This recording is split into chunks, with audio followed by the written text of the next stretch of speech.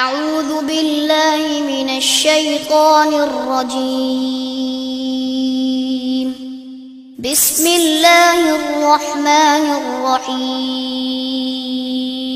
الذي خلقكم من نفس واحدة وخلق منها زوجها وبث منهما رجالا كثيرا ونساء واتقوا الله الذي تساءلون به والأرحام إن الله كان عليكم رقيبا يا أيها الذين آمنوا اتقوا الله وقولوا قولا سديدا يصلح لكم أعمالكم ويغفر لكم ذنوبكم ومن يطع الله ورسوله فقد فاز فوزا عظيما أما بعد فإن خير الحديث كتاب الله وخير الهدي هدي محمد صلى الله عليه وسلم وشر الأمور محدثاتها وكل محدثة بدعة وكل بدعة ضلالة وكل ضلالة في النار۔ شرح السنہ امام بربہاری رحمہ اللہ کی عظیم الشان تعریف ہے، اور اس کی اہمیت کے پیش نظر اس کتاب کا بہت سے علماء کرام نے اہتمام کیا ہے۔ اس کتاب کی بہت سی شروحات لکھی گئیں، اس کتاب پہ بہت سے دروس دیے گئے، تو اللہ نے ہم سب کو توفیق دی کہ ہم بھی اس کتاب کا مطالعہ کریں۔ تو آج اس کتاب کا جو مسئلہ ہم شروع کریں گے اس کا نمبر ہے 38۔ اس مسئلے میں امام بربہاری رحمہ اللہ فرماتے ہیں والمسح علی الخفین سنہ، مودوں پہ مسح کرنا یہ سنت ہے، یعنی کہ نبی کریم صلی اللہ علیہ وسلم سے ثابت ہے۔ یہاں پہ پہلا سوال یہ ہے کہ کیا امام بربہاری رحمہ اللہ کے علاوہ دیگر ائمہ نے اس مسئلے کو عقیدہ کی کتب میں ذکر کیا ہے؟ تو اس سوال کا جواب ہے کہ بالکل ایسا بہت سے ائمہ کرام نے کیا ہے۔ ان میں سے ایک ہیں امام طحاوی رحمہ اللہ۔ چنانچہ امام طحاوی رحمہ اللہ فرماتے ہیں وَنَرَى الْمَسْحَ عَلَى الْخُفَّيْنِ فِي السَّفَرِ وَالْحَضَرِ كَمَا جَاءَ فِي الْأَثَرِ، کہ ہم مودوں پہ مسح کرنے کے قائل ہیں، سفر کے دوران بھی اور حضر کے دوران بھی، جیسا کہ یہ چیز نبی علیہ الصلوۃ والسلام کی احادیث میں وارد ہوئی ہے۔ امام طحاوی کے علاوہ بہت سے ائمہ کرام نے اس مسئلے کا تذکرہ عقیدہ کی کتب میں کیا ہے، لیکن یہاں پہ سوال اٹھتا ہے کہ جب یہ کتب عقیدہ کی ہیں تو مودوں پہ مسح کرنا یہ ایک فقہی مسئلہ ہے، اس کا نماز سے وضو سے تعلق ہے، تو اس کا تذکرہ عقیدہ کی کتب میں کیوں؟ تو اس کا سبب یہ ہے، اس کی وجہ یہ ہے کہ کئی گمراہ فرقوں نے، کئی بدعتی فرقوں نے اس کا انکار کیا ہے۔ ان میں سے ایک خوارج ہیں اور دوسرے نمبر پہ روافض یعنی کہ رافضی لوگ ہیں۔ جب گمراہ فرقوں نے اس کا انکار کیا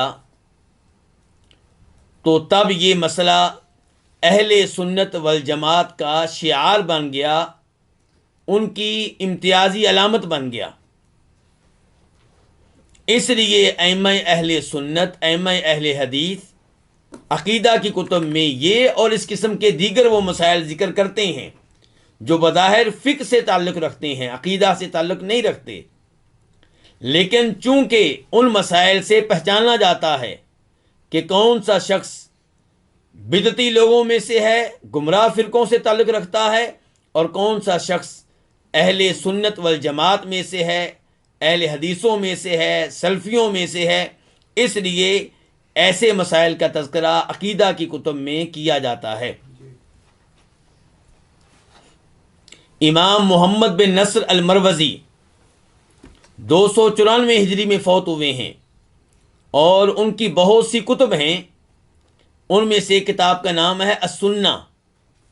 یاد رہے کہ یہ کوئی عام امام نہیں ہے، امام بخاری کے بہت سے مشائخ ان کے بھی مشائخ ہیں اور ان کو حدیث کے میدان میں اور عقیدہ کے میدان میں بہت زیادہ اہمیت حاصل ہے.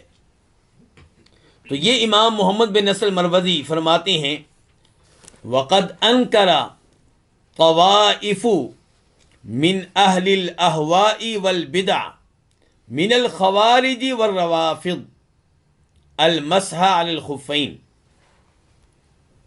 کہ اپنی خواہش کے پیچھے چلنے والے، بدعات کو اپنانے والے کئی ایک گروہوں نے مودوں پہ مسح کرنے کا انکار کیا ہے، یعنی کہ اس کو نہیں مانا. پھر امام صاحب نے ان کے نام لیے ہیں. یہ کون سے گمراہ فرقے ہیں جنہوں نے مودوں پہ مسح کرنے کا انکار کیا؟ کہتے ہیں خوارج اور رافضی لوگ. رافضی لوگ آپ سب جانتے ہوں گے اس سے مراد کون سے لوگ ہیں. رافضی وہ لوگ جو جناب ابو بکر صدیق کی خلافت کو حق نہیں مانتے، جناب عمر فاروق کی خلافت کو حق نہیں مانتے، جناب عثمان کی خلافت کو بھی ناجائز مانتے ہیں. ایسے لوگوں کو رافضی کہا جاتا ہے. اور خوارج کون ہیں؟ ان کے امتیازی مسائل کون سے ہیں؟ تذکرہ تفصیل سے پہلے ہو چکا ہے، لیکن دو مسئلوں کی طرف اشارہ کروں گا. نمبر ایک، وہ جو مسلمان حکمرانوں کے خلاف بغاوت کو، خروج کو جائز سمجھتے ہیں. نمبر دو، جو کبیرہ گناہوں کے مرتکب کو کافر سمجھتے ہیں، کافر قرار دیتے ہیں، اور یہ عقیدہ رکھتے ہیں کہ کبیرہ گناہوں کا مرتکب توبہ کیے بغیر فوت ہو گیا تو ہمیشہ ہمیشہ کے لیے کہاں رہے گا؟ جہنم میں رہے گا. امام صاحب کی گفتگو جاری ہے. کہتے ہیں وزعموا، کون سے امام صاحب؟ امام محمد بن نصر المروزی. وزعموا، امام صاحب کہتے ہیں کہ یہ گمراہ لوگ خیال کرتے ہیں کہ ان ذالک خلاف لکتاب اللہ، کہ مودوں پہ مسح کرنا یہ قرآن کریم کے خلاف ہے، قرآن کریم اس کی اجازت نہیں دیتا. ومن انکر ذالک لازمہ انکار جمیع ما ذکرنا من السنن وغیر ذالک مما لم نذکر. امام محمد بن نصر المروزی کہتے ہیں جو مودوں پہ مسح کرنے کا منکر ہے، اس مسئلے کو نہیں مانتا، تو اس کا مطلب یہ نکلے گا کہ وہ ان تمام احادیث کا منکر ہے جو مودوں پہ مسح کرنے کے مسئلے میں نبی علیہ الصلوۃ والسلام سے ثابت ہیں، اور ہم نے ان کا تذکرہ کیا ہے، اور کچھ ایسی بھی ہیں جن کا ہم نے تذکرہ نہیں کیا. امام صاحب کے آخری الفاظ بہت زیادہ اہمیت کے حامل ہیں. کہتے ہیں وَذَلِكَ خُرُوجٌ مِّن جَمَاعَةِ أَهْلِ الْإِسْلَامِ، مودوں پہ مسح کرنے والی احادیث کا انکار دین اسلام سے خروج کے مترادف ہے. یعنی کہ ایسا آدمی مسلمان کیسے ہو سکتا ہے جو نبی علیہ الصلوۃ والسلام سے ثابت شدہ ان احادیث کا انکار کرے جن سے معلوم ہوتا ہے کہ نبی علیہ الصلوۃ والسلام نے مودوں پہ مسح کیا ہے اور صحابہ کرام کو بھی اس کی اجازت دی ہے.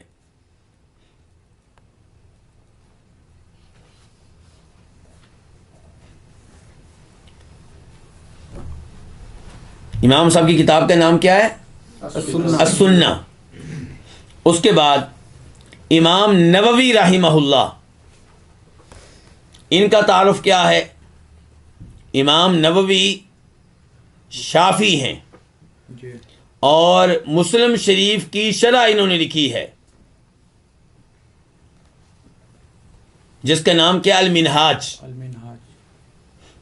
اس شرح میں جب وہ اس کتاب میں ان احادیث کا تذکرہ کرتے ہوئے جن احادیث سے ثابت ہوتا ہے کہ مودوں پہ مسح کرنا نبی علیہ الصلوۃ والسلام سے ثابت ہے، وہاں پہ امام نووی کہتے ہیں اجمع من یعتد به فی الاجماع على جواز المسح علی الخفین فی السفر والحضر. کہ وہ تمام لوگ جن کے اجماع کی کوئی حیثیت ہے، جن کا اجماع میں اعتبار کیا جاتا ہے، ان سب کا اس بات پہ اجماع ہے کہ موضوع پہ مسح کرنا جائز ہے، سفر میں بھی اور حضر میں بھی۔ کہتے ہیں سواء کان لحاجت او لغیرہا، موضوع پہ مسح کرنا یہ آپ کی مجبوری ہو تب بھی جائز ہے، مجبوری نہ ہو تب بھی جائز ہے۔ کہتے ہیں حتی یجوز للمرأة الملازمۃ بیتہا، حتیٰ کہ وہ عورت جو ہمیشہ گھر میں رہتی ہے اس کے لیے بھی جائز ہے کہ وہ موزے پہن لے اور موزوں پہ مسح کرے۔ آخر میں امام نووی کہتے ہیں وَإِنَّمَا أَنْكَرَتْهُ الشِّيعَةُ وَالْخَوَارِجُ، اس مسئلے کا انکار صرف شیعہ نے کیا ہے اور خارجیوں نے کیا ہے، وَلَا يُعْتَدُّ بِخِلَافِهِمْ، اور ان کے اختلاف کی کوئی حیثیت نہیں ہے۔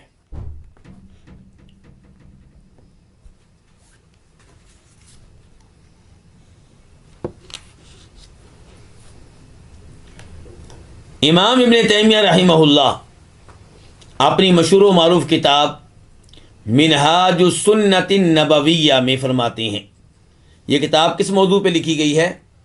مسلم یعنی کہ ایک رافضی نے گمراہی پہ مبنی ایک کتاب لکھی تھی، اور جب وہ کتاب لکھی گئی تو رافضی لوگ بہت خوش ہوئے اور انہوں نے سمجھا کہ ہم نے کوئی بہت بڑا کام کر لیا ہے جس کا کوئی جواب نہیں دے سکے گا۔ تو امام ابن تیمیہ رحمہ اللہ نے اس کتاب کا جواب دیا تھا اور اس کا نام رکھا تھا منہاج السنت النبویہ۔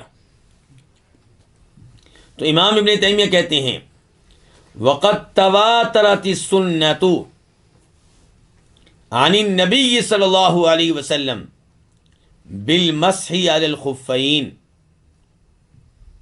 موضوع پہ مسح کرنے کے بارے میں نبی علیہ الصلوۃ والسلام سے ثابت شدہ احادیث متواتر ہیں۔ یہ بڑی اہم بات ہے کہ کئی لوگ ایسے مسائل کو اس لیے نہیں مانتے کہ یہ مسائل جن احادیث سے ثابت ہیں وہ احادیث کون سی ہیں؟ احاد، یعنی کہ جنہیں روایت کرنے والے راوی تھوڑے ہیں، زیادہ نہیں ہیں، حالانکہ یہ کوئی عذر نہیں ہے۔ اگر یہ عذر ہوتا، اگر اس عذر کی کوئی حیثیت ہوتی تو نبی علیہ الصلوۃ والسلام مختلف شہروں میں دعوت و تبلیغ کے لیے ایک صحابی کو نہ بھیجتے بلکہ اس کے ساتھ کوئی 50 60 70 صحابی بھیجتے۔ جی لیکن آپ علیہ الصلوۃ والسلام اکثر و بیشتر ایک ہی صحابی کو گورنر بنا کر، معلم بنا کر، مدرس بنا کر، اور داعی بنا کر کسی نہ کسی شہر میں روانہ کر دیا کرتے تھے۔ تو اس لیے اس شبے کی کوئی حیثیت نہیں ہے کہ حدیث متواتر ہونی چاہیے۔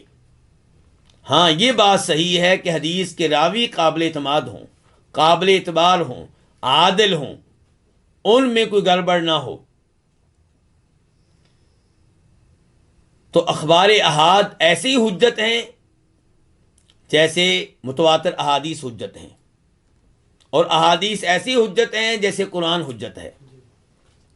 تو یہاں پہ امام ابن تیمیہ کہہ رہے ہیں کہ موضوع پہ مسح کرنے کے بارے میں جو احادیث ہیں وہ احاد نہیں ہیں بلکہ کیا ہیں؟ متواتر ہیں۔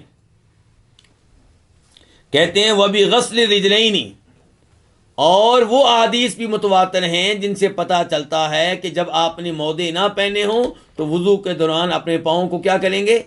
دھوئیں گے۔ وَالرَّافِضَةُ تُخَالِفُ هَذِهِ السُّنَّةَ الْمُتَوَاتِرَةَ، فرماتے ہیں امام ابن تیمیہ کہ رافضی لوگ ان متواتر احادیث کا انکار کرتے ہیں، ان کی مخالفت کرتے ہیں، کما تخالف الخوارج، جیسا کہ خارجی لوگ بھی مخالفت کرتے ہیں ان احادیث کی۔ یہی امام ابن تیمیہ ایک اور کتاب میں فرماتے ہیں اور ان کا یہ فتویٰ مجموع الفتاوی میں موجود ہے، جلد نمبر 22 میں، صفحہ نمبر 423 میں۔ کہتے ہیں یوجد فی کلام ائمۃ السنہ من الکوفیین، یوجد فی کلام ائمۃ السنہ من الکوفیین کسفیان الثوری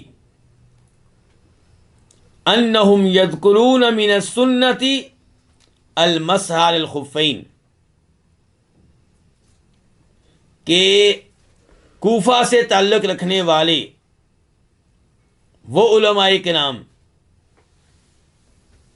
جو عقیدے کے معاملے میں ماہر ہیں، جیسا کہ امام سفیان ثوری ہیں، تو یہ لوگ عقیدے کے ضمن میں یہ مسئلہ بھی ذکر کرتے ہیں۔ کون سا مسئلہ؟ مودوں پہ مسح کرنے کا مسئلہ۔ وَتَرْكَ الْجَهْلِ بِالْبَسْمَلَةِ، دوسرے نمبر پہ عقیدے کے ضمن میں یہ لوگ یہ مسئلہ بھی ذکر کرتے ہیں کہ جب آپ سورہ فاتحہ پڑھیں گے تو بسم اللہ اونچی آواز سے نہیں پڑھیں گے بلکہ آہستہ آواز سے پڑھیں گے۔ کما یذکرون تقدیم ابی بکر و عمر، تیسری مثال دیتے ہوئے کہتے ہیں کہ یہ کوفہ کے علماء عقیدہ، علماء سنت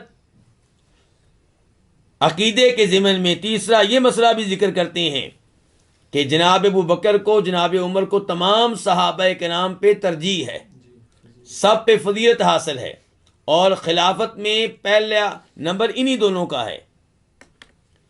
امام ابن تیمیہ کہتے ہیں ایسا یہ کیوں کرتے ہیں؟ لِأَنَّ هَذَا كَانَ مِن شِعَارِ الرَّافِضَةِ، کیونکہ رافضی لوگوں کی علامت یہ بن گئی کہ وہ ابو بکر و عمر کو ترجیح نہیں دیتے، بلکہ انہیں مسلمان ماننے کے لیے تیار نہیں ہیں، ان کی خلافت کو برحق ماننے کے لیے تیار نہیں ہیں، اور ایسی مودوں پہ مسح کرنے کے بھی رافضی لوگ قائل نہیں تھے۔ تو اس لیے علماء سنت نے رافضیوں کی مخالفت کرتے ہوئے ان مسائل کو عقیدہ کے ضمن میں ذکر کیا ہے، تاکہ پتہ چلے کہ جو لوگ سنت پہ ہیں، درست عقیدے پہ ہیں، وہ یہ ان مسائل کے معتقد ہوتے ہیں، ان مسائل میں درست رائے رکھتے ہیں، اور جو دوسری رائے رکھے گا وہ بدعتی ہوگا، وہ سنی نہیں ہوگا، وہ درست عقیدے پہ نہیں ہوگا۔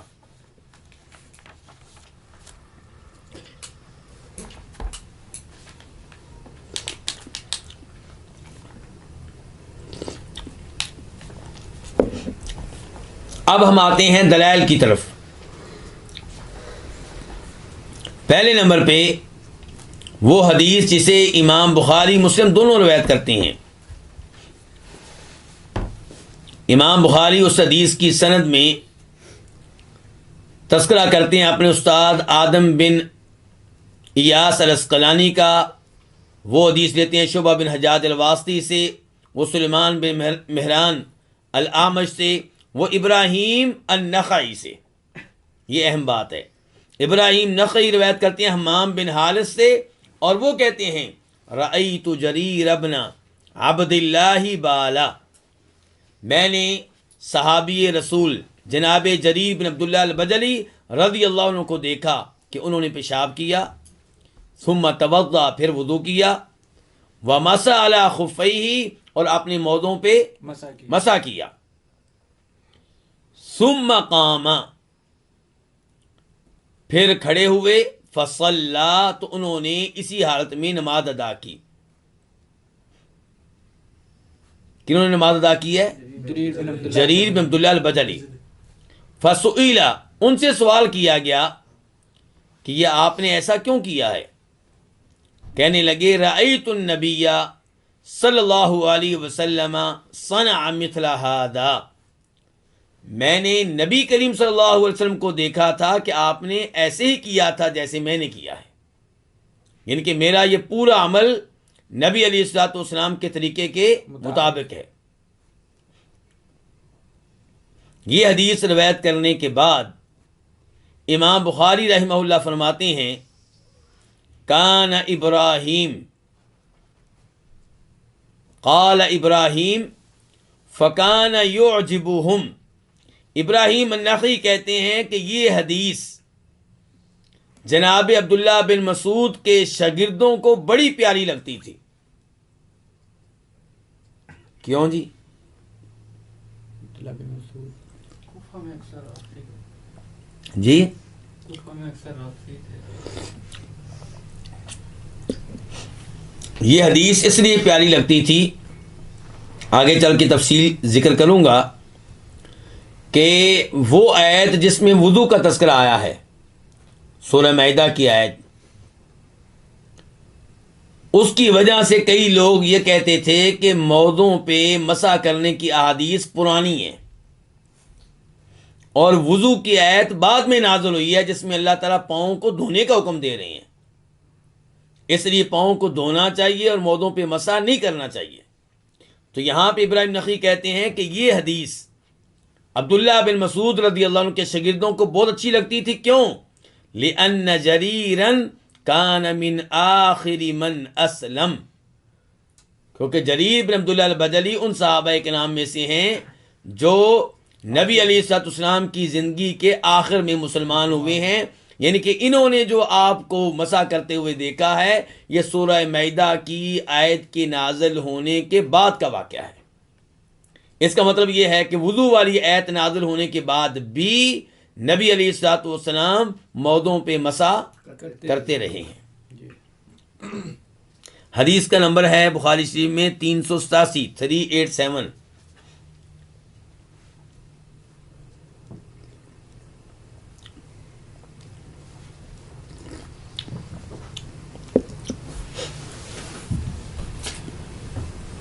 امام مسلم رحمہ اللہ جب اس حدیث کو لے کر آتے ہیں تو وہ تذکرہ کرتے ہیں کہ قیلا تفعلوا هذا، جریر بن عبداللہ بجلی سے کہا گیا کہ آپ ایسے کرتے ہیں، ان کے موضوع پہ مسح کرتے ہیں. فقال، تو انہوں نے کہا، کنہوں نے؟ جریر بن عبداللہ البجلی نے. لیکن یہاں پہ آپ پہ کوئی اعتراض کر سکتا ہے کہ آپ تو دلائل دے رہے ہیں اس چیز کے کہ موضوع پہ مسح کرنا نبی علیہ الصلوۃ والسلام سے ثابت ہے، صحابہ کرام سے ثابت ہے، تو پھر جریر جب مسح کرتے ہیں تو لوگ تعجب کیوں کرتے ہیں؟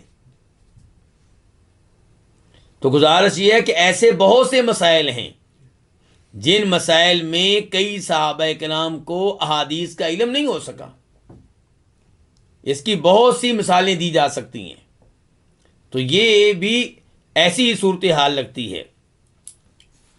فقال، تو وہ کہنے لگے، کون؟ جریر بن عبداللہ البجلی، نعم رأیت رسول اللہ صلی اللہ علیہ وسلم بالا، میں نے نبی کریم صلی اللہ علیہ وسلم کو دیکھا کہ آپ نے پیشاب کیا، ثم توضا، پھر آپ نے وضو کیا، ومسح علی خفیہ، اور آپ نے اپنے موضوع پہ مسح کیا.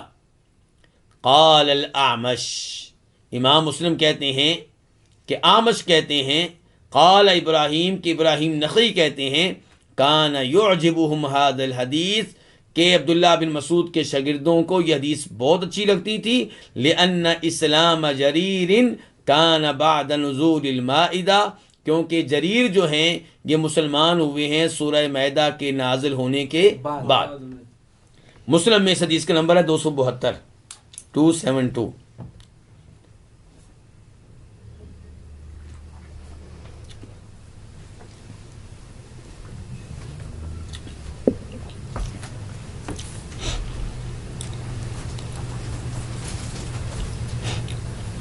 اس کے بعد حدیث نمبر 2، اس کے راوی ہیں جناب سعد بن ابی وقاص رضی اللہ تعالی عنہ، یعنی کہ عشرہ مبشرہ میں سے ہیں. وہ کہتے ہیں کہ انہ مسح علی الخفین، نبی علیہ الصلوۃ والسلام سے روایت کرتے ہوئے کہتے ہیں کہ آپ نے موضوع پہ مسح کیا.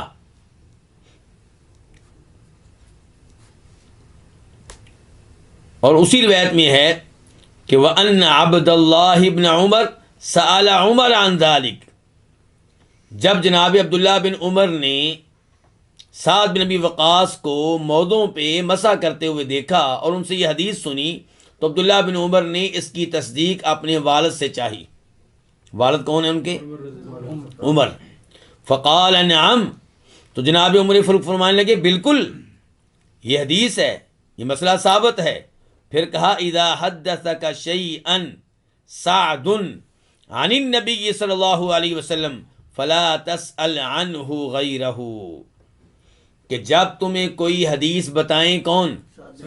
سعد بن نبی وقاص، اور اسے روایت کریں نبی علیہ الصلوۃ والسلام سے، تو پھر تصدیق کے لیے کسی اور سے رابطہ کرنے کی ضرورت نہیں ہے۔ تو اس کا مطلب یہ ہے کہ موضوع پہ مسح کرنے کی حدیث روایت کرتے ہیں جریر بن عبداللہ البجلی، سعد بن نبی وقاص اور عمر فاروق، کیونکہ انہوں نے بھی تصدیق کی ہے اس کی۔ اس کے بعد تیسری حدیث، اور یہ حدیث جو ابھی آپ نے سنی ہے یہ بخاری شریف کی ہے، اس کا نمبر ہے 202 202۔ تیسری حدیث مغیرہ بن شعبہ، وہ کہتے ہیں کنت مع النبی صلی اللہ علیہ وسلم فی سفر، میں نبی علیہ الصلوۃ والسلام کے ساتھ تھا ایک سفر میں۔ یہ سفر کون سا تھا؟ جی یہ بتائیں آپ، جس میں مغیرہ بیان کریں گے کہ میں نے اللہ کے رسول کو مسح کرتے ہوئے دیکھا۔ یہ شیخ صاحب صلح الحدیبیہ کا، یہ تبوک کا سفر ہے، اور تبوک کی لڑائی کس سن میں لڑی گئی ہے؟ سن 9 ہجری میں۔ نو میں یہ تو اس کا مطلب یہ ہے کہ یہ واقعہ بھی نبی علیہ الصلوۃ والسلام کی زندگی کے تقریباً آخری سالوں سے تعلق رکھتا ہے۔ جی ختم مکہ۔ تو یہ کہتے ہیں کہ میں آپ کے ساتھ تھا ایک سفر میں، فأہویت، تو میں نیچے جھکا، لأنزع خفیہ، تاکہ میں آپ کے مودے اتار سکوں۔ فقال دعہما، آپ نے کہا ان موضوعوں کو ان کی حالت میں رہنے دو، فإنی ادخلتہما طاہرتین، کیونکہ جب میں نے یہ مودے پہنے تھے تب میں کیا تھا؟ باوضو تھا۔ فمسح علیہما، چنانچہ آپ نے دونوں مودوں پہ مسح کیا۔ اور مغیرہ بن شعبہ کی یہ حدیث امام بخاری اپنی صحیح میں کئی بار لے کر آئے ہیں، ایک بار نہیں کئی بار، مختلف سندوں سے۔ اور جو حدیث میں نے آپ کے سامنے رکھی ہے اس کا نمبر ہے 206۔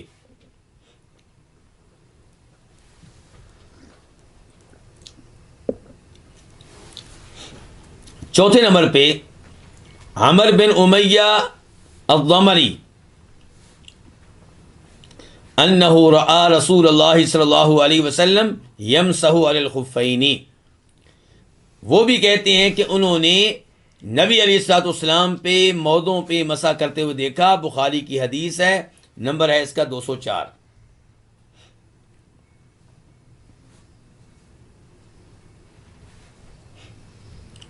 خلاصہ کلام یہ ہے کہ نبی علیہ الصلوۃ والسلام سے بہت سی احادیث میں ثابت ہے مودوں پہ مسح کرنا، اور یہ احادیث متواتر احادیث ہیں۔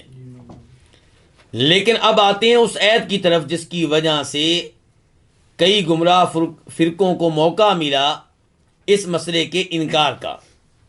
تو یہ سورہ مائدہ کی آیت نمبر 6 ہے، یا ایھا الذین آمنوا اذا قمتم الی الصلاۃ، اے ایمان والو جب تم نماز کے لیے اٹھو، فاغسلوا وجوہکم وایدیکم للمرافق، تو دھو لیا کرو اپنے چہرے اور اپنے ہاتھ کہاں تک؟ کونیوں تک۔ وامسحوا برؤوسکم، اور اپنے سروں پہ مسح کر لیا کرو۔ وارجلکم، اور اپنے پاؤں دھو لیا کرو۔ ارجلکم سے پہلے دھونے کا تذکرہ نہیں ہے، لیکن مسئلہ یہ ہے کہ ارجلکم یعنی کہ پاؤں کا تذکرہ کرنے سے پہلے اللہ نے چند چیزوں کے دھونے کا حکم دیا ہے، اور ایک چیز یعنی کہ سر پہ مسح کرنے کا حکم دیا ہے۔ اب پاؤں کا تعلق دھونے سے ہے یا مسح کرنے سے؟ تو جواب یہ ہے کہ اس کا تعلق ہے دھونے سے، کیونکہ اللہ نے کہا وَأَرْجُلَكُمْ، لام کے اوپر کیا ہے؟ زبر، زبر ہے۔ اس کا مطلب یہ ہے کہ ارجلکم کا تعلق ہے وجوہکم سے اور ایدیکم سے. اللہ تعالیٰ کہہ رہے ہیں اپنے چہرے بھی دھو لو، اپنے ہاتھ بھی کونیوں تک دھو لو، اور اپنے پاؤں کو بھی دھو لو ٹخنوں تک. پھر سوال پیدا ہوگا کہ اگر اس کا تعلق وجوہکم سے ہے، چہرے سے ہے، ہاتھوں سے ہے، بازوؤں سے ہے، تو اس کا تذکرہ پہلے کیوں نہیں کیا گیا؟ یہ بتانے کے لیے کہ ترتیب یہ ہے کہ پاؤں کو دھویا جائے گا کس کے بعد؟ سر پہ مسح کرنے کے بعد. اور ایک قرات میں کیا ہے؟ ارجلی. وَأَرْجُلِكُمْ، جی. کیونکہ وَأَرْجُلِكُمْ سے پہلے کیا آیا؟ بِرُؤُوسِكُمْ، تو یہ اس سے بالکل متصل الفاظ ہیں، اس لیے یہاں پہ کسرہ آیا ہے. اور بعض علماء کرام نے ارجلکم کی قرات سے یہ ثابت کیا ہے کہ آپ پاؤں پہ مسح بھی کر سکتے ہیں. کب؟ جب مودے پہنے ہوئے ہوں.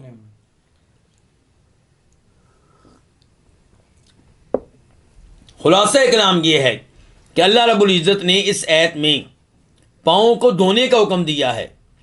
تو اس وجہ سے گمراہ فرقے ان احادیث کا انکار کرتے ہیں جن میں مودوں پہ مسح کرنے کی مشروعیت کا تذکرہ آیا ہے، جبکہ آیت میں اور احادیث میں کوئی تضاد نہیں ہے. آیت سے مراد یہ ہے کہ جب آپ کے پاؤں ننگے ہیں تب آپ اپنے پاؤں دھوئیں گے، اور احادیث سے یہ معلوم ہوا کہ اگر آپ نے وضو کی حالت میں مودے پہنے تھے تو پھر آپ اپنے موضوع پہ مسح کریں گے. دونوں میں کوئی تضاد نہیں ہے، اور نہ ہی کبھی قرآن میں اور صحیح حدیث میں تضاد ہو سکتا ہے. جہاں تک تعلق ہے رافضیوں کے اس مسئلے کا،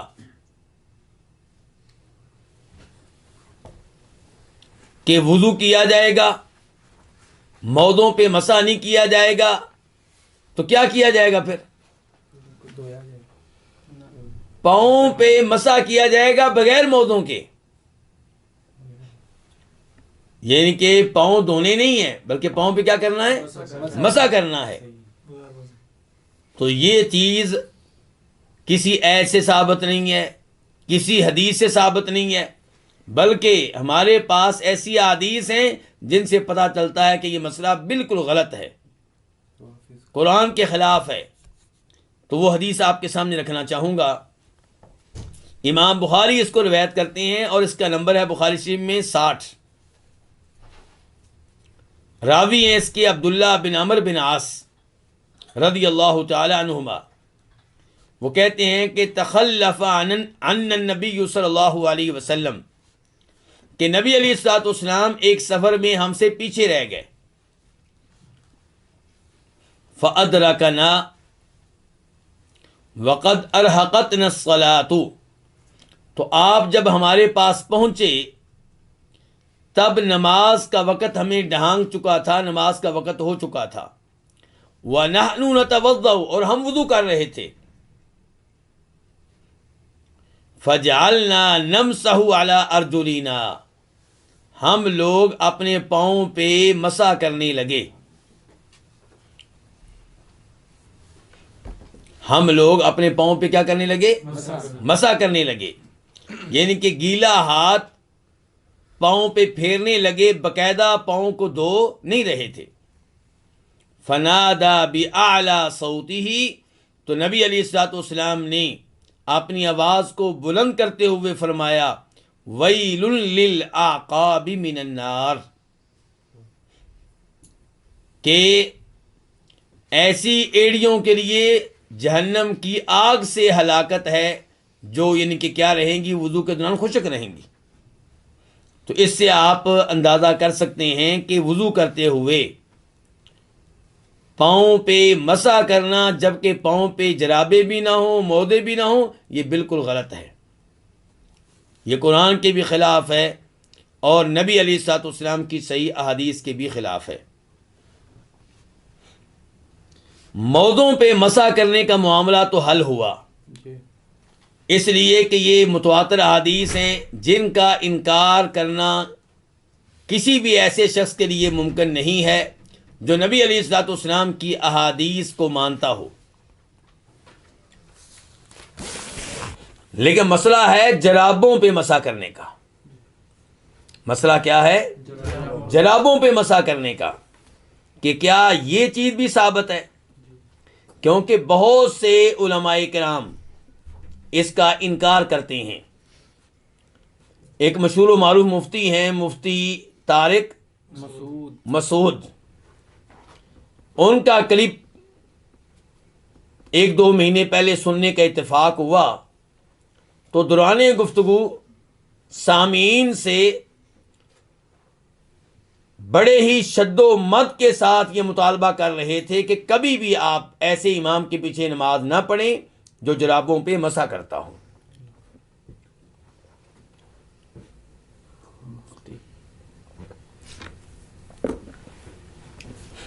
حالانکہ مفتی طارق مسعود کا تعلق ان علماء کے نام میں سے ہے جن کو کسی حد تک معتدل خیال کیا جاتا ہے، اور یقیناً انہوں نے بہت سے مسائل میں اپنے مسلک کی مخالفت کی ہے، اس میں کوئی شک و شبہ نہیں. مفتی طارق مسعود کا تعلق کس مسلک سے ہے؟ دیوبندی مسلک سے ہے، فقہ حنفی سے تعلق رکھتے ہیں، لیکن بہت سے مسائل میں انہوں نے اپنے مسلک کی مخالفت کی ہے اور ڈٹ کر کی ہے. لیکن چونکہ وہ بہرحال ایک مسلک کے پابند ہیں، مقلد ہیں، اس لیے بہت سے مسائل میں وہ اپنے مسلک کا ساتھ دیتے ہیں اور درست موقف کی مخالفت کر جاتے ہیں. تو آئیے دیکھتے ہیں کہ جرابوں پہ مسح کرنے کا مسئلہ یہ ثابت ہے یا نہیں. اس معاملے میں پہلے نمبر پہ ہمارے پاس حدیث ہے مغیرہ بن شعبہ رضی اللہ تعالیٰ عنہ کی، ان رسول اللہ صلی اللہ علیہ وسلم توضأ ومسح علی الجوربین والنعلین. نبی علیہ السلام نے وضو کیا اور آپ نے جرابوں پہ اور جوتوں پہ مسح کیا. ابو داؤد شریف میں اس کا نمبر ہے 159 ترمذی میں اس کا نمبر ہے 99 اور عصر حاضر کے عظیم محدث شیخ البانی رحمہ اللہ نے اس حدیث کو صحیح قرار دیا ہے. دوسرے نمبر پہ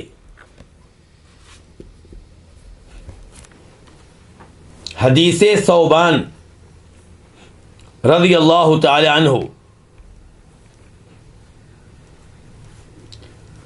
اس میں کیا ہے؟ اس میں یہ الفاظ ہیں کہ بعث رسول اللہ صلی اللہ علیہ وسلم سریۃً، نبی علیہ الصلوۃ والسلام نے ایک لشکر بھیجا، فاصابہم البرد، تو انہیں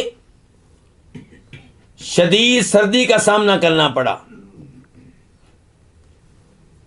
فلما قدموا علی رسول اللہ صلی اللہ علیہ وسلم، جب یہ لوگ نبی علیہ الصلوۃ والسلام کے پاس واپس آئے تو امرہم، آپ نے ان کو حکم دیا، ان یمسحوا، کہ وہ مسح کیا کریں، علی العصائب والتساخین، پگڑیوں پہ اور جرابوں پہ.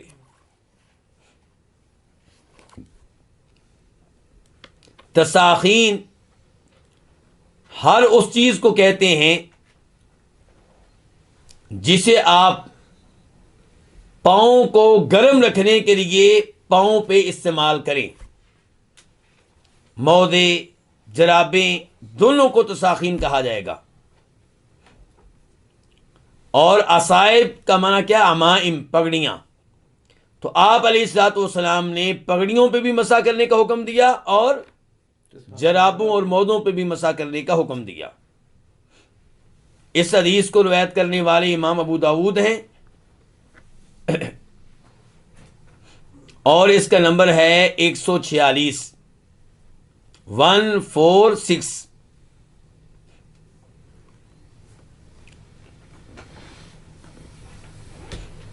تیسری حدیث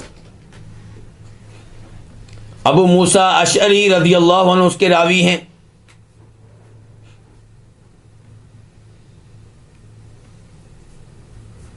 ان رسول اللہ صلی اللہ علیہ وسلم توضأ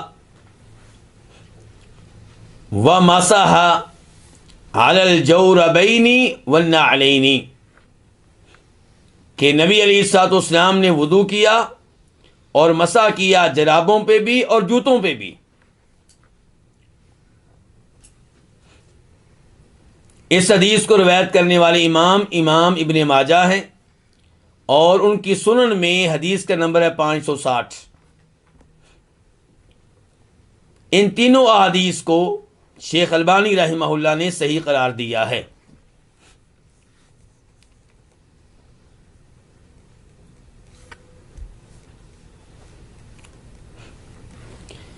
کئی ایک علماء کرام ان احادیث کی صحت کے قائل نہیں ہیں، ان احادیث کو ضعیف مانتے ہیں، لیکن وہ بھی جرابوں پہ مسح کرنے کے قائل ہیں. وہ کیسے پھر قائل ہو گئے؟ وہ کہتے ہیں کہ جرابوں پہ مسح کرنے کے لیے الگ سے احادیث کی ضرورت نہیں ہے. وہ احادیث جن سے ثابت ہوتا ہے کہ آپ موضوع پہ مسح کر سکتے ہیں، وہی احادیث دلیل ہیں اس بات کی کہ آپ جرابوں پہ بھی مسح کر سکتے ہیں. کیونکہ مسح کرنے کی جو رخصت دی گئی ہے اس کا تعلق موضوع سے نہیں ہے، اس کا تعلق اس بات سے ہے کہ آپ نے اپنے پاؤں پہ کوئی نہ کوئی چیز چڑھا رکھی ہے، وہ چاہے موضع ہوں چاہے جرابیں ہوں، اور انہیں بار بار اتارنا مشکل ہے. بار بار اتاریں گے تو مشقت کا سامنا کرنا پڑے گا، اس لیے شریعت نے آپ کو مسح کرنے کی اجازت دی ہے. اب وہ چیز چاہے موضع ہوں چاہے موضوع سے ملتی جلتی کو اور چیز ہو. اور پھر یہ چیز صحابہ کرام رضوان اللہ علیہم اجمعین سے بھی ثابت ہے اور کئی ایک صحابہ کرام سے ثابت ہے، اور کوئی بھی صحابی ایسا نہیں ہے جس نے اس کی مخالفت کی ہو.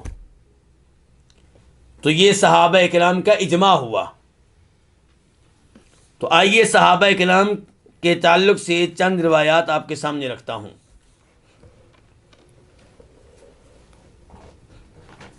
امام دولابی اپنی کتاب الکنہ میں روایت کرتے ہیں ازرق بن قیس سے، اور یہ تابعی ہیں.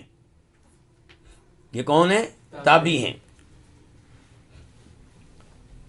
کہتے ہیں رأیت انس بن مالک، میں نے جناب انس بن مالک کو دیکھا، احدثا، ان کا وضو ٹوٹا، فغسل وجہہ ویدیہ، تو انہوں نے وضو کیا تو اپنے چہرے کو دھویا، اپنے بازوؤں کو دھویا، ومسح علی جوربین من صوف، اور انہوں نے اون کی 2 جرابیں پہن رکھی تھی ان پہ مسح کیا، چمڑے کی نہیں، کس کی؟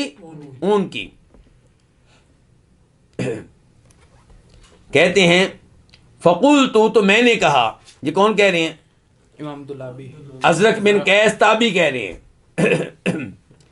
کہتے ہیں میں نے کہا اتمسح علیہما، کیا آپ ان پہ بھی مسح کرتے ہیں؟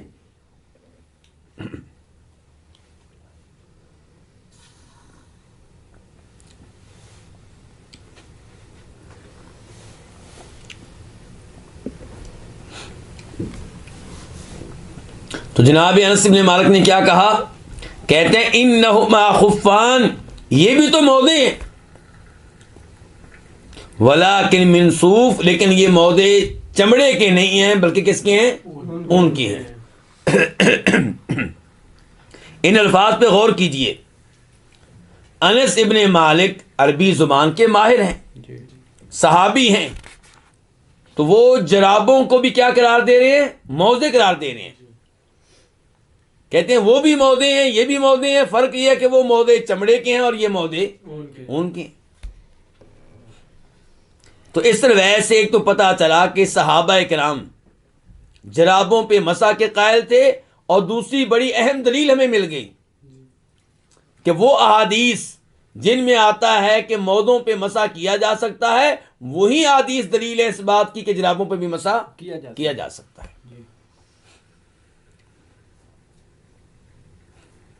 اس کے بعد وہ صحابہ کرام جن سے جرابوں پہ مسح کرنے کا ثبوت ملتا ہے وہ تقریباً 13 ہیں۔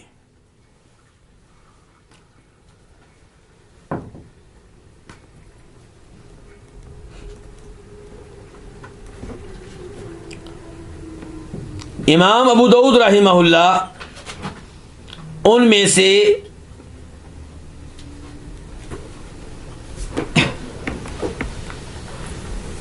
نو کا تذکرہ کرتے ہیں، چنانچہ وہ کہتے ہیں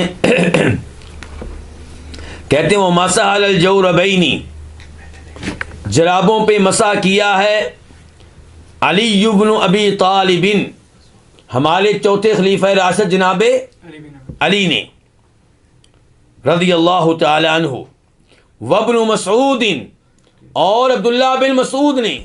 یہ بڑی اہم بات ہے۔ کیوں اہم بات ہے؟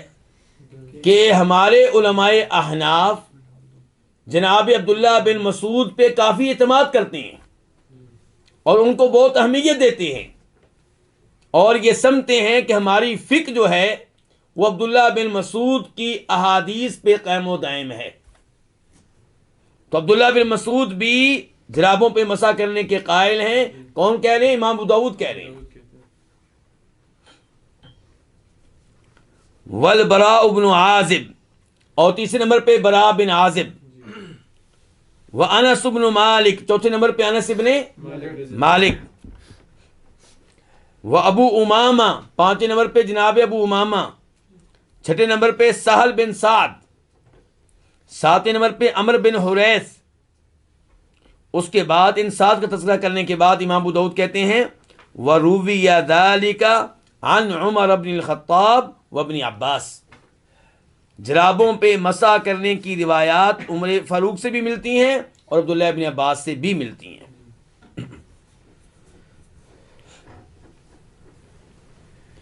امام ابن قدامہ اپنی مشہور و معروف کتاب المغنی میں فرماتے ہیں صحابہ کرام کی روایات کا تذکرہ کرنے کے بعد لِأَنَّ الصَّحَابَةَ مَسَحُوا عَلَى الْجَوَارِبِ، چونکہ صحابہ کرام نے جرابوں پہ مسح کیا ہے، وَلَمْ يَظْهَرْ لَهُمْ مُخَالِفٌ فِي عَصْرِهِمْ، اور ان کے زمانے میں اس مسئلے میں ان کا مخالف کوئی بھی نہیں ملتا، فَكَانَ اجماعا، تو یہ کیا ہو گیا؟ اجماع ہو گیا۔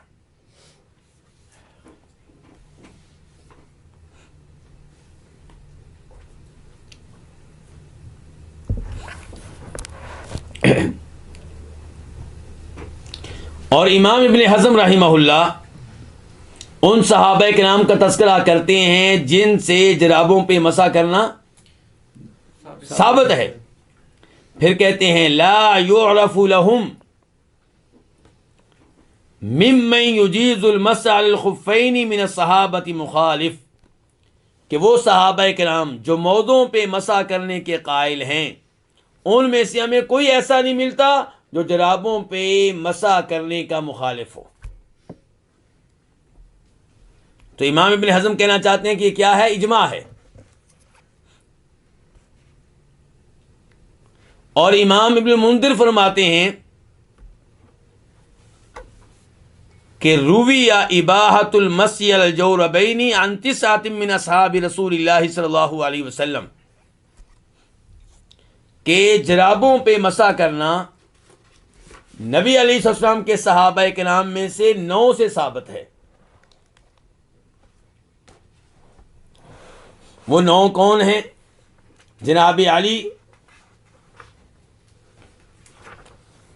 عمار، ابو مسعود انصاری، انس بن مالک، عبداللہ بن عمر، براء بن عازب، بلال، عبداللہ ابن ابی اوفا اور سہل بن سعد۔ یہ جو نام میں نے ابھی لیے ہیں یہ نام میں نے کس کتاب سے لیے ہیں؟ تہذیب السنن سے۔ تہذیب السنن کس کی کتاب ہے؟ امام ابن القیم رحمہ اللہ کی۔ اس کتاب کا موضوع کیا ہے؟ سنن ابی داود، اس کا اختصار لکھا ہے ایک بڑے امام نے، اور وہ جو مختصر ہے، جیسے مختصر صحیح بخاری ہوتی ہے، ایسے مختصر سنن ابی داود بھی ہے۔ اس مختصر کی شرح لکھی ہے کس نے؟ امام ابن القیم رحمہ اللہ نے۔ تو وہاں پہ وہ تذکرہ کرتے ہیں امام ابن منذر کے اس قول کا، اور وہ عبداللہ ابن ابی اوفا کا نام لیتے ہیں، حالانکہ اوسط میں جب آپ دیکھیں گے تو ابو امامہ کا نام ملے گا۔ اس کے بعد کہتے ہیں امام ابن القیم کہ پھر کچھ نام وہ ہیں جو ابن منذر نے ذکر کیے ہیں صحابہ کرام کے، جو جرابوں پہ مسح کرتے تھے، اور کچھ نام وہ ہیں جو ذکر کیے ہیں امام ابو داود نے۔ تو کہتے ہیں امام ابن القیم فہؤلاء 13 صحابیا، یہ کتنے صحابی ہوئے؟ 13 ہوئے۔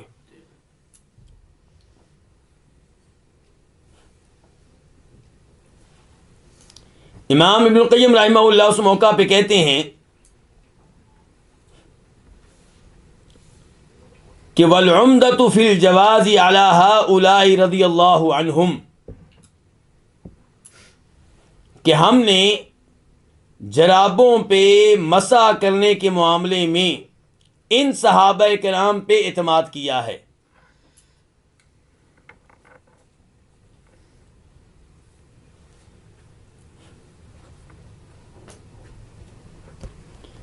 ایک اور جگہ پہ کہتے ہیں وَإِنَّمَا عُمْدَتُهُ هَؤُلَاءِ الصَّحَابَةُ وَصَرِيحُ الْقِيَاسِ، جرابوں پہ مسح کرنے کے معاملے میں جو دلائل زیادہ واضح ہیں ان میں سے ایک یہ صحابہ کرام ہیں، اور دوسرے نمبر پہ واضح طور پہ قیاس۔ کس پہ قیاس؟ موضوع پہ، کہ جیسے موضوع پہ مسح کرنا جائز، ایسے ہی جرابوں پہ بھی مسح کرنا جائز۔ کہتے ہیں فَإِنَّهُ لَا يَظْهَرُ بَيْنَ الْجَوْرَبَيْنِ وَالْخُفَّيْنِ فَرْقٌ مُؤَثِّرٌ، کیونکہ جرابوں میں اور موضوع میں کوئی ایسا فرق نہیں ہے جو قابل اعتبار ہو، جس کی کوئی تاثیر ہو حکم تبدیل ہونے میں۔ پھر کہتے ہیں امام القیم وَالْمَسْحُ عَلَيْهِمَا قول اکثر اہل العلم، جرابوں پہ مسح کرنا یہ قول ہے کن کا؟ اکثر اہل علم کا۔ منہم من سمینا من الصحابہ، کہتے ہیں ان میں سے وہ صحابہ کرام بھی ہیں جن کا ہم تذکرہ کر چکے ہیں، اور پھر کہتے ہیں امام احمد،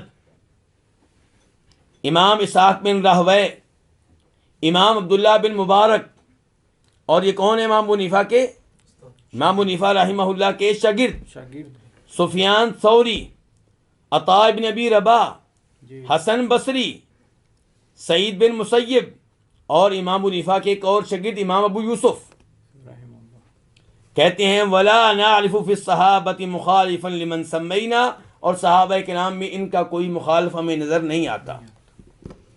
آخر میں جرابوں پہ مسح کرنے کے معاملے میں ایک گزارش یہ کہ جرابوں پہ مسح کرنا تو خود امام ابو حنیفہ رحمہ اللہ سے بھی ثابت ہے۔ یاد رہے کہ ہمارے حنفی علماء کرام امام ابو حنیفہ رحمہ اللہ کی طرف کئی ایسے اقوال منسوب کر دیتے ہیں جن کی کوئی سند نہیں ہوتی، جن کا کوئی ثبوت نہیں ہوتا، اور شاہ ولی اللہ نے اس معاملے کو واضح کیا ہے اپنی کتاب حجت اللہ البالغہ میں۔ لیکن ہم امام حنیفہ رحمہ اللہ سے جرابوں پہ مسح کرنا ثابت کریں گے، اور باقاعدہ سند کے ساتھ۔ اس روایت کو بیان کرنے والے کون ہیں؟ امام ترمذی۔ امام ترمذی رحمہ اللہ کہتے ہیں سمعت صالح بن محمد، میں نے صالح بن محمد الترمذی سے سنا، باقاعدہ سنا ہے ان کے، قال سمعت ابا مقاتل السمرقندی، اور وہ کہتے ہیں کہ میں نے یہ روایت سنی ہے ابو مقاتل السمرقندی سے.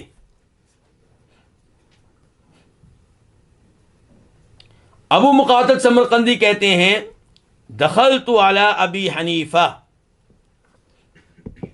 میں امام ابو حنیفہ رحمہ اللہ کے پاس گیا، فی مرضہ الذی مات فیہ، ان کی اس بیماری کے دوران جس بیماری میں وہ کیا ہوئے؟ فوت ہوئے. فدعا بماء، انہوں نے پانی منگوایا، فتوضا، اور کیا کیا؟ وضو کیا. وعلیہ جوربان، اور انہوں نے جرابیں پہن رکھی تھیں. یہاں پہ یہ نہیں کہا کہ مودے، کیا کہا ہے؟ جرابیں پہن رکھی تھیں. فمسح علیہما، تو انہوں نے ان دونوں پہ کیا کیا؟ مسح کیا. ثم قال، پھر فرمانے لگے، کون؟ ابو حنیفہ رحمہ اللہ، کہ فعلت شیئا لم اکن افعلہ، آج میں نے وہ کام کیا ہے جو پہلے کبھی میں نے نہیں کیا.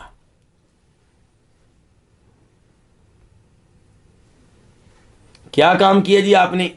کہنے لگے مسحت علی الجوربین، میں نے جرابوں پہ آج مسح کیا ہے. جرابوں کا نام باقاعدہ جرابوں کا نام لیا ہے، بلکہ یہ وضاحت بھی ہے کہ وَهُمَا غَيْرُ مُنَعَّلَيْنِ، جرابیں بھی وہ جن کے نیچے چمڑا نہیں ہے. کیونکہ کئی علماء کرام کہتے ہیں آپ جرابوں پہ مسح تب کر سکتے ہیں جب نیچے چمڑا لگا ہوا ہو. جی چلا جی. تو امام ابو حنیفہ رحمہ اللہ نے جرابوں پہ مسح کیا ہے، اور جو جرابیں پہنی ہیں ان کے نیچے چمڑا بھی نہیں لگا ہوا. تو خلاصہ کلام یہ کہ ہمیں حیرت ہوتی ہے، تعجب ہوتا ہے کہ ہمارے علماء احناف اس مسئلے میں کیوں اپنے موقف پہ ڈٹے ہوئے ہیں، جبکہ یہ ایسا مسئلہ ہے جس کی وجہ سے ایک دنیا پریشان رہتی ہے. یعنی کہ سردیوں کے ایام میں ہر کوئی جرابیں پہنتا ہے، اور ہر اچھے مسلمان نے نماز بھی پڑھنا ہوتی ہے. جب آپ ان پہ پابندی لگائیں گے کہ جرابیں اتارنی پڑیں گی تو لوگ کس قدر مصیبت، پریشانی اور مشقت کا سامنا کریں گے. جبکہ جرابوں پہ مسح کرنے کے بارے میں ہمارے پاس احادیث ہیں. 3 احادیث میں نے ذکر کی ہیں، مغیرہ بن شعبہ، ثوبان اور ابو موسیٰ اشعری کی. جناب انس بن مالک کا عمل ہے. تیسرے نمبر پہ لغت کے لحاظ سے انس بن مالک فرما رہے ہیں کہ جرابیں بھی تو موزے ہی ہیں. چوتھے نمبر پہ اگر آپ جرابوں کو موزے نہیں مانتے تو کم از کم جرابوں کو موزوں پہ قیاس کر سکتے ہیں. ابن حضر تو قیاس کریں گے تو پھر بھی یہ مسئلہ حل ہے. اور اگر آپ یہ کہتے ہیں کہ ہم نے بزرگوں کی طرف دیکھنا ہے تو یہاں پہ ماشاءاللہ بزرگوں کی لائن لگی ہوئی ہے. 13 کے قریب صحابہ کرام ہیں جو جرابوں پہ مسح کرنے کے قائل ہیں، اور ایک بھی صحابی ایسا نہیں جس سے جرابوں پہ مسح کرنے کی مخالفت ثابت ہو. اور اگر آپ کہتے ہیں کہ نہیں جی ہم فقہ حنفی کو اپنا چکے، ہم مقلد ہیں اور ہم امام ابو حنیفہ رحمہ اللہ کو ماننے والے ہیں، تو امام ابو حنیفہ رحمہ اللہ کا وہ عمل جو سند کے ساتھ آیا ہے، اور امام ترمذی اسے اپنی حدیث کی کتاب میں لے کر آئے ہیں اور پوری سند بیان کی ہے، تو اس میں بھی یہ ہے کہ انہوں نے اپنی آخری زندگی میں مسح کیا ہے، اور یہ مانا ہے کہ یہ کام میں نے پہلے کبھی نہیں کیا، آج میں کر رہا ہوں. اور یہ بھی وضاحت ہے کہ جرابوں کے نیچے یا اوپر کوئی چمڑا نہیں تھا. تو بہرحال موضوع پہ مسح کرنا یہ ان مسائل میں سے ایک ہے جن کی وجہ سے اہل سنت، اہل حدیث باقی لوگوں سے ممتاز ہوتے ہیں. سمجھ آتی ہے کہ یہ آدمی کون ہے. تو رافضی لوگ موضوع پہ مسح کرنے کے قائل نہیں ہیں، خوارج بھی موضوع پہ مسح کرنے کے قائل نہیں ہیں. اس کے بعد جرابوں کی طرف مسح کرنے کی طرف آ جائیں تو یہ بھی چیز احادیث سے ثابت ہے، صحابہ کرام سے ثابت ہے، قیاس سے ثابت ہے، عربی لغت سے ثابت ہے امام ابو حنیفہ رحمہ اللہ سے ثابت ہے، اس لیے اس میں کوئی اشکال نہیں ہونا چاہیے اور لوگوں پہ اس معاملے میں آسانی کرنی چاہیے اور لوگوں کو مشکل میں ڈالنے سے بچنا چاہیے۔ اللہ رب العزت سے دعا ہے کہ اللہ رب العزت ہمیں عقیدہ کے یہ مسائل اور دیگر وہ مسائل جو اہل سنت والجماعت کے امتیازی مسائل کہلاتے ہیں انہیں توجہ سے پڑھنے کی، سیکھنے کی توفیق دے اور ان پہ عمل پیرا ہونے کی توفیق دے۔ وآخر دعوانا الحمدللہ رب العالمین۔